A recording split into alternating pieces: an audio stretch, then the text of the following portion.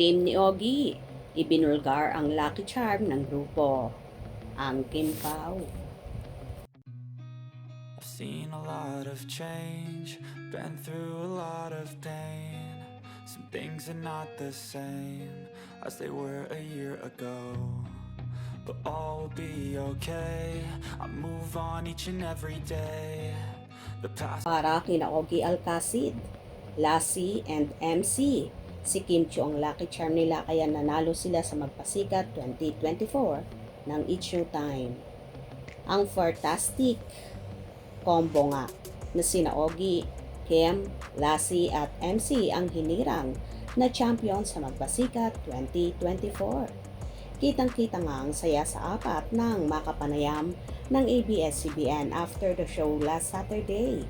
Natanong nga sila kung sino ang kanilang Lucky Charm at walang kagatol-gatol na sagot nila Ogie, Lassie at MC ay si Kim Chiu daw. Hirit pa ni Ogie at si Paolo.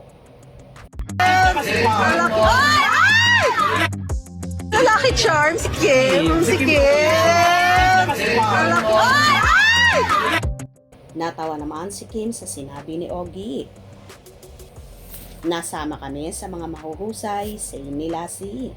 Nakakatakot stance. Pero sobrang nakakatawa ng team na to kaya nakakawala ng pagod. Tamang timpla kami. Kaya itong moment na to sobrang sarap sa pakiramdam. Sabi naman ni Kim. Ayon pa sa actress ay hindi nga raw nila inaasahang mananalo sila at tanggap na nilang talo sila. Anya pa, ang grupo raw nila ang may pinakamaigsing oras ng presentation.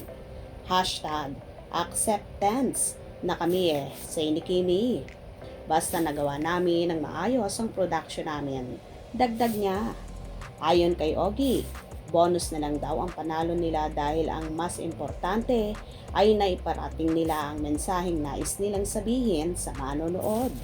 Ang tema ng Fantastic Combo ay tigil, hinga, kalma at ipinakita nila ang kahalagahan ng pagpapahinga at pagkalma sa gitna ng mga mabigat na pinagdaraanan. Nabasa ko comments na naintindihan nila, gusto namin sabihin more than anything else.